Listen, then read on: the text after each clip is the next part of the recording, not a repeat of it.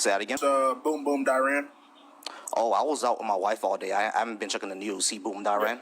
Yeah, just did. He posted about it on True Social. Wow. All right, so wow, we're going into World War III, I guess. Hey, brother. Yeah, it looks like we are. Shit. Yeah, man. All right. Oh, well, are you over 18 and do you disagree with anything I have on the board? Yes, I am over 18. I'm reading them right now. University of Healthcare, guaranteed housing, workplace democracy. No, I don't agree. No, I don't disagree with anything like that. I would say free college. I mean, yeah, but so I didn't go to college, me personally, because they made it clear to me that it's not guaranteed that when you get out of college, whatever major you're going to go for, that they're going to need that job. So you might be in debt. And so I just said, I don't want to be in debt at 50, so I'm just not going to go. No, I just didn't go. So, I mean, it's based on what the people are getting into. They should understand that it's not guaranteed that they're going to be looking for a radiologist when you get out of college, you know? Oh, yeah, for sure. I mean, that's, I think that should be told, like, more often. Usually we were always told that, a college education is probably like a guarantee to a good living life, which is true in some ways, but it depends on context. Just like how you said, depends on what you're studying. You feel me? Now, radiology, I've heard is a pretty good field. You know what I mean? But I do think that high school, like secondary education, should be open more to trade schools. If it was up to me, I would say that every single high school across America should have trades in them. So anytime you graduate, any student who graduates always graduates with some sort of trade. And the people who go to college can go to college for becoming a doctor, lawyer, any type of engineer or banker or business professionals, et cetera, et cetera. You feel me? But if we had more like that, then we would have more people who wouldn't go to college and get useless degrees or waste their time in college and not even like what they're doing. All that makes sense? Yeah, that makes sense. But other than that, I agree with everything you have on here. Well, all right. I appreciate you, man. Yep, you have a nice day, brother. You too. All right, y'all. Go ahead and keep liking the live and start sharing it. Your soul shall be eviscerated if your foot even tickles Alaska. I have no idea what that means. No idea what that means. All right, Mike, you're saying that I want handouts. Why don't you just come on up and talk to me, and then we can actually have a conversation about what I actually do want, because it's not handouts.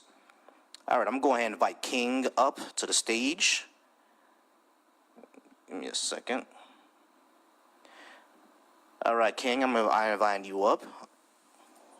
Yo, what's good? How's it going, King? Are you over 18, and do you disagree with something I have on the board? Yes, I'm over 18. It seems to me that you kind of want handouts. I do not. I mean, you want everything given to you. I do not. Do you not? Do you not? No. Okay. I don't think that's even possible. These are things that are regular things that first world countries all do, by the way. Well, probably except for number 9. But everything that I have over there, most first world countries already do them. So what like any of these things would actually mean?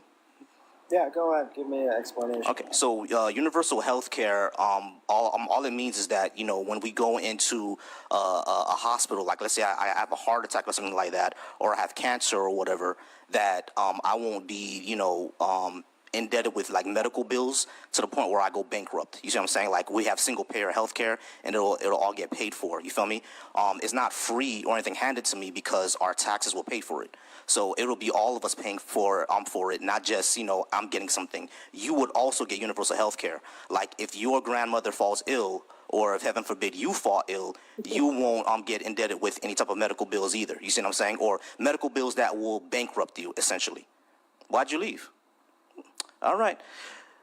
So he left. I guess he didn't want to have the conversation. I don't know why. Okay, how can our country provide reparations when it can't even provide equity? Yeah, that is true, Kenny. That is true. All right. I do think our country can actually do reparations. It's just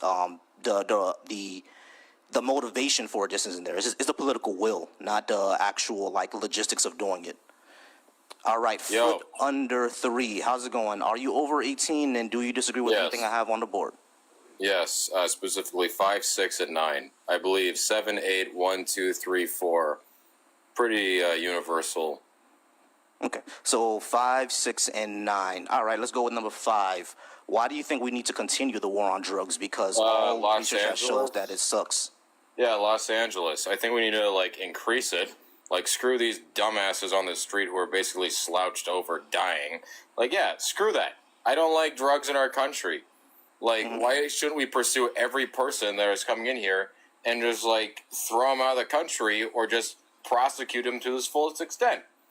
These ruined lives. It's not like we should be like, oh yeah, we should universalize this horrible thing that literally ruins everybody's lives. Heroin is great. I think it should be legalized. No, it literally ruins lives. It's worth it. Okay, yes. It's nothing like alcohol. All right, cool. All right, it's cool. nothing cool. like I got marijuana. you. I got you. Okay, I got you. Heroin is terrible. But the way that we're handling heroin addiction is not actually working, because we've been doing this war on drugs since the 60s, and we still have a drug problem. No, we have not. We have not been having a war on drugs. When did Nixon? When was Nixon? When was Nixon president? I know your statement. He was president 64. Right. So we've been having a war on drugs since that time. When we talk about the war, hold on. Foot under 3. Listen, you're getting hung up on the term war. I know we're not having a conventional war, right? There's not actual bullets being flown anywhere. There should be, right? Hold on, listen, bro. There's not actual bullets being flown, right? So the term war here is being poetic. I understand that, right? But when I talk about the war on drugs, I'm talking about the policies around what we're doing with addiction is not actually working. As a matter of fact, when we look at other countries that do other things around their drug activities, we actually see less addiction. People actually get better. You feel what I'm saying? Because addiction is basically a sickness. I understand that people choose to. Hold on, wait. Let me just finish. Well, I understand that people. Hold on. Let me finish real quick. Let me just finish real quick. I understand. Let me just finish real quick. I understand that some people, choose to get on H. They choose to get on ice. I understand that, right? But once they get addicted and start doing all that, putting them in jail doesn't do anything. You feel what I'm saying? So we need to have another approach to this. They can go into jail, get sober, and then get out and do the exact same thing. We're not actually solving the problem. If you're sober and you get out of jail and then you start using them, that's entirely your fault. But we're not actually solving the problem. The United States just attacked Iran. Did you know that? Yeah, someone just told me that. I've been out all day, so I've been checking the news. Someone just told me that. Yeah. Well, it's cool. I am going to probably have to go to war. You? No, I already left the military. I left the military 2 years ago. So. Well, thank you for your service. Yeah, thank you for your support. I appreciate your service as well. Yeah, well, I think I'm going to have to all the war. Wish me luck. I hope you don't. But yeah, when it comes to the war on drugs, I think what we need to do is that all the money that we're spending it on, we need to spend. Oh, he left. All right, y'all. Go ahead and keep liking the live and keep sharing. I appreciate everybody who's here. I appreciate everyone who wants to come up. Let's go ahead and have a good discussion. If you're watching me over on YouTube, I appreciate you. If you're watching me over on Facebook, I appreciate you there too. Keep the comments going, keep liking the live, and keep sharing. Excuse me, Philosopher Joseph, is that your name? Hello? All right, Philosopher. All right, Phil. Yeah. I'm just gonna call you Phil. All right, Phil. That's fine. I'll go ahead and put 15 minutes on the clock. Are you over 18, and do you disagree with something I have on the board? Yes, I am 20, and I disagree with special bit .9. Is that the only thing you disagree with? Everything else is cool? Universal healthcare, yeah, that's good. Guaranteed housing, why not? Workplace democracy, why not? Abortion rights, yeah, I disagree with .42. And war on drugs. What do you mean by that? The policies that we've had since the 60s around drug offenses and drug crimes and throwing people in jail for being addicts, essentially. For being addicts, yeah, free dose for only addicts, yeah, of course. I'm not opposed to that idea, yeah. Prison industry abolition, why not? Free college? Nah, I'm not for that. But okay. I'm pro to make it cheaper, yes. But obviously you should pay a bit because they want your professors they want to be paid also, for providing jobs. living wage, but yeah, especially with point 9 reparations. All right, cool. Go ahead and I'll let you know. Well, let me know why you disagree with reparations, and I'll tell you why they should happen.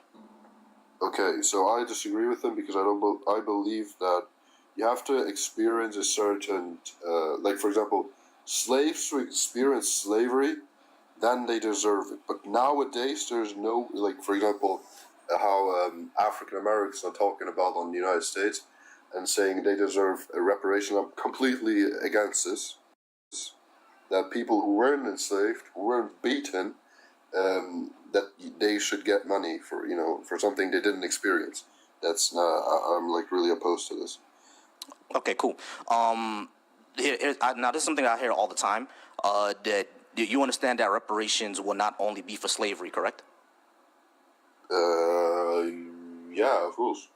All right. So, if reparations is not only for slavery, it's for things like the antebellum years, Jim Crow, mass incarceration, redlining, which is the bulk. You understand that those things damaged the African American community, and it was done both through government policy and through private interests, right? I guess yeah. All right. Well, So if the government caused damage to an area, why should it not fix it?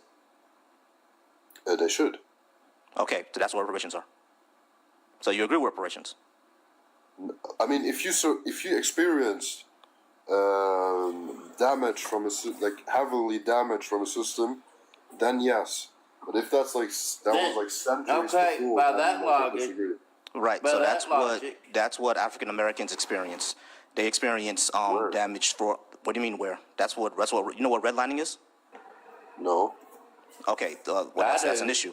Redlining was a policy by the government. Let me just do one thing. Everybody, don't come off mute. All right, everyone gets a turn. Everyone gets 15 minutes. Don't come off mute. I'm talking to a philosopher right now, and everybody will get their turn. All right. So, when it comes to redlining was a policy by the federal government itself and backed up by insurance companies and banks to not only live in some areas, but they could not get a loan for homes in areas as well. They can only live in certain areas, and those areas were, because they were redlined, they were not allowed to be, the insurance companies didn't insure those areas, the banks didn't go to those areas and invest, even grocery stores and schools left those areas, specifically because black people were there. And we see what happened with those areas today, right? For example, one of the worst neighborhoods in America, or one of the worst poorest cities in America is East Baltimore. Example of what redlining does. Do you know about Compton, USA? Compton, USA was... American, so I don't know. Okay, you're not American. Okay, so these are the issues that I'm talking about. Compton, USA is one of the worst neighborhood, one of the most crime-ridden cities. Compton, yeah, where all the gangsters are from. Yeah. Exactly. That area was redlined. And before it was redlined, before black people started moving there, and the government said, okay, we're not going to invest in this area. As a matter of fact, we're going to punish people who are living here by not investing. That's what Compton became today. History doesn't happen in a vacuum. What happens 20 years ago can affect you today, right? So because of those areas were redlined by government and bank policy, we have what Compton is today. So this was started